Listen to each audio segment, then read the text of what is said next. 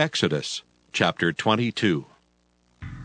If a man shall steal an ox or a sheep, and kill it or sell it, he shall restore 5 oxen for an ox, and 4 sheep for a sheep.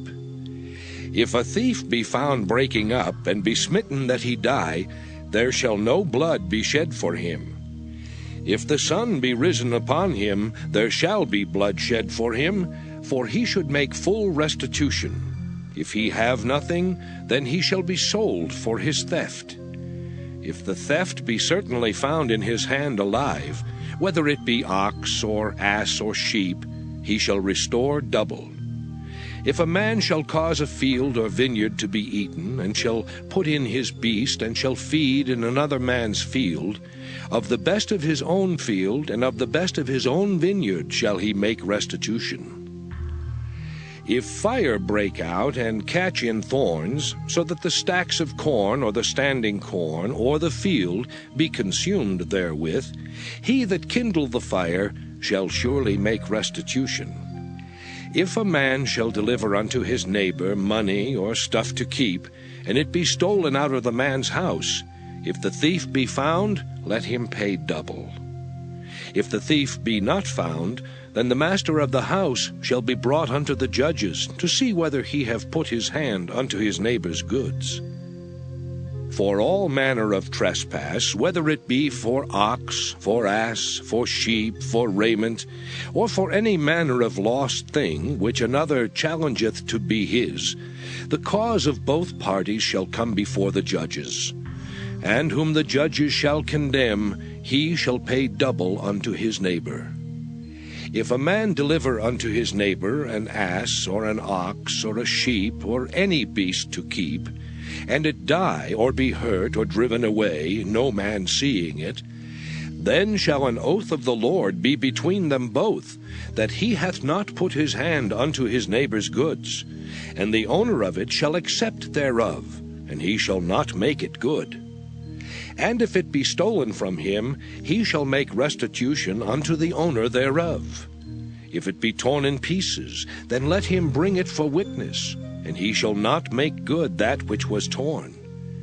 And if a man borrow aught of his neighbor, and it be hurt or die, the owner thereof being not with it, he shall surely make it good. But if the owner thereof be with it, he shall not make it good. If it be an hired thing, it came for his hire. And if a man entice a maid that is not betrothed, and lie with her, he shall surely endow her to be his wife. If her father utterly refuse to give her unto him, he shall pay money according to the dowry of virgins. Thou shalt not suffer a witch to live. Whosoever lieth with a beast shall surely be put to death. He that sacrificeth unto any god, save unto the Lord only, he shall be utterly destroyed. Thou shalt neither vex a stranger, nor oppress him, for ye were strangers in the land of Egypt. Ye shall not afflict any widow or fatherless child. If thou afflict them in any wise, and they cry at all unto me, I will surely hear their cry. And my wrath shall wax hot, and I will kill you with the sword, and your wives shall be widows, and your children fatherless. If thou lend money to any of my people that is poor by thee, thou shalt not be to him as an usurer, neither shalt thou lay upon him usury. If thou at all take thy neighbor's raiment to pledge, thou shalt deliver it unto him by that the sun goeth down. For that is his covering only, it is his raiment for his skin. Wherein shall he sleep? And it shall come to pass, when he crieth unto me, that I will hear, for I am gracious. Thou shalt not revile the gods, nor curse the ruler of thy people. Thou shalt not delay to offer the first of thy ripe fruits and of thy liquors. The firstborn of thy sons shalt thou give unto me. Likewise shalt thou do with thine oxen and with thy sheep. 7 days it shall be with his dam. On the 8th day thou shalt give it me. And ye shall be holy men unto me. Neither shall ye eat any flesh that is torn of beasts in the field. Ye shall cast it to the dogs. Exodus chapter 23. Thou shalt not raise a false report. Put not thine hand with the wicked to be an unrighteous witness. Thou shalt not follow a multitude to do evil, neither shalt thou speak in a cause to decline after many to wrest judgment. Neither shalt thou countenance a poor man in his cause. If thou meet thine enemy's ox or his ass going astray, thou shalt surely bring it back to him again. If thou see the ass of him that hateth thee lying under his burden, and wouldest forbear to help him, thou shalt surely help with him.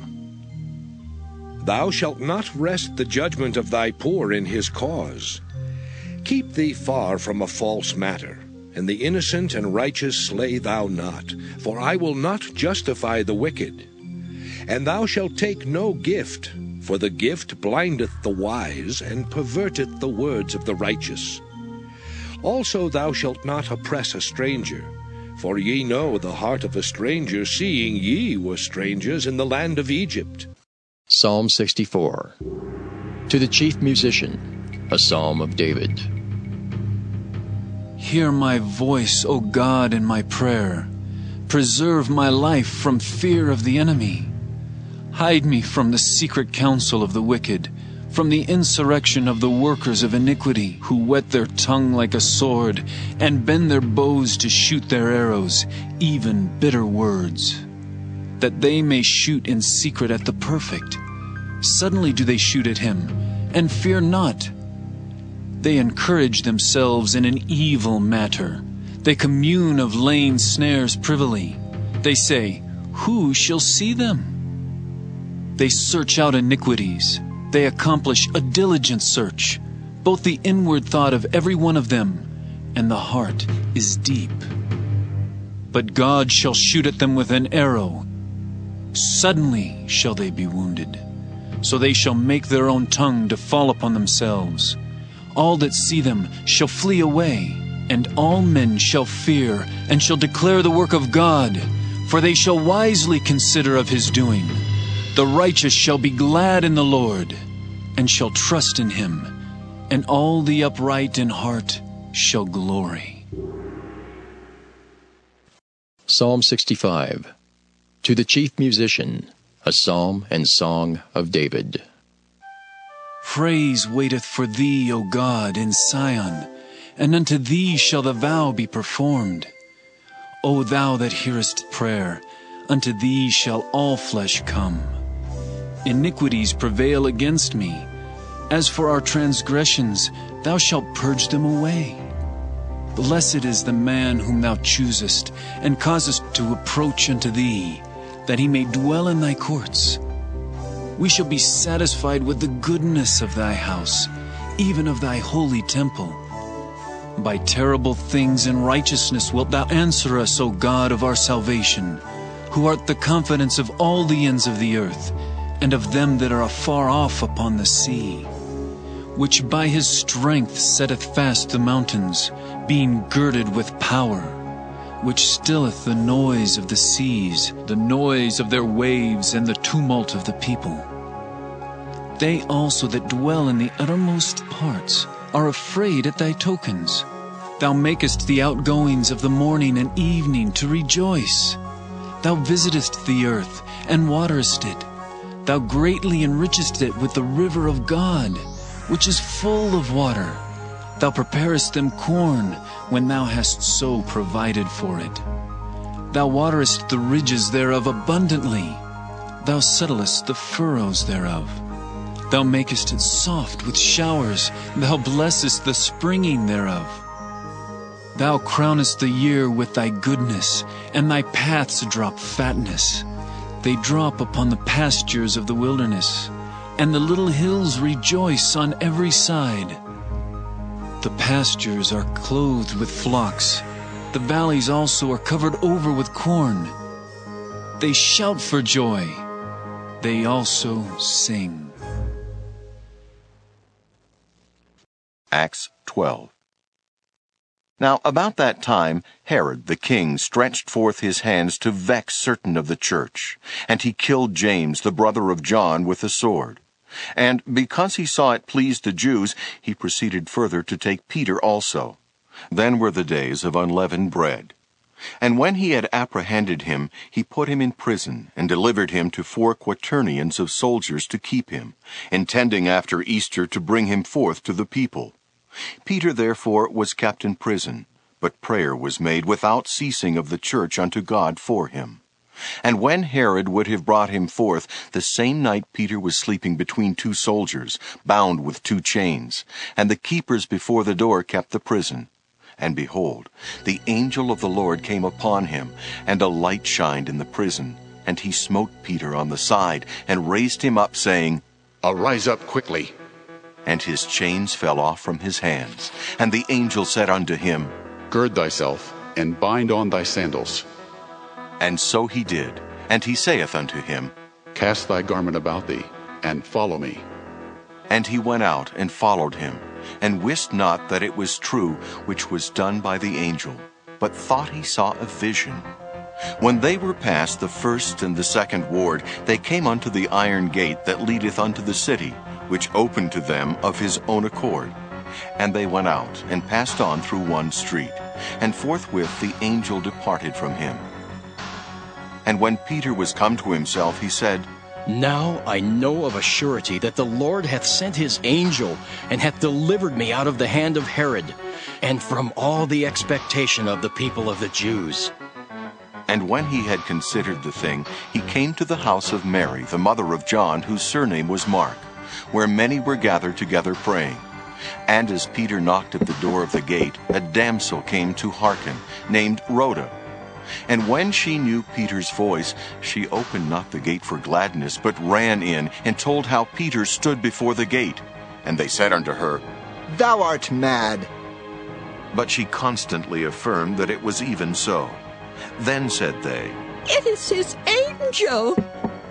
But Peter continued knocking. And when they had opened the door and saw him, they were astonished.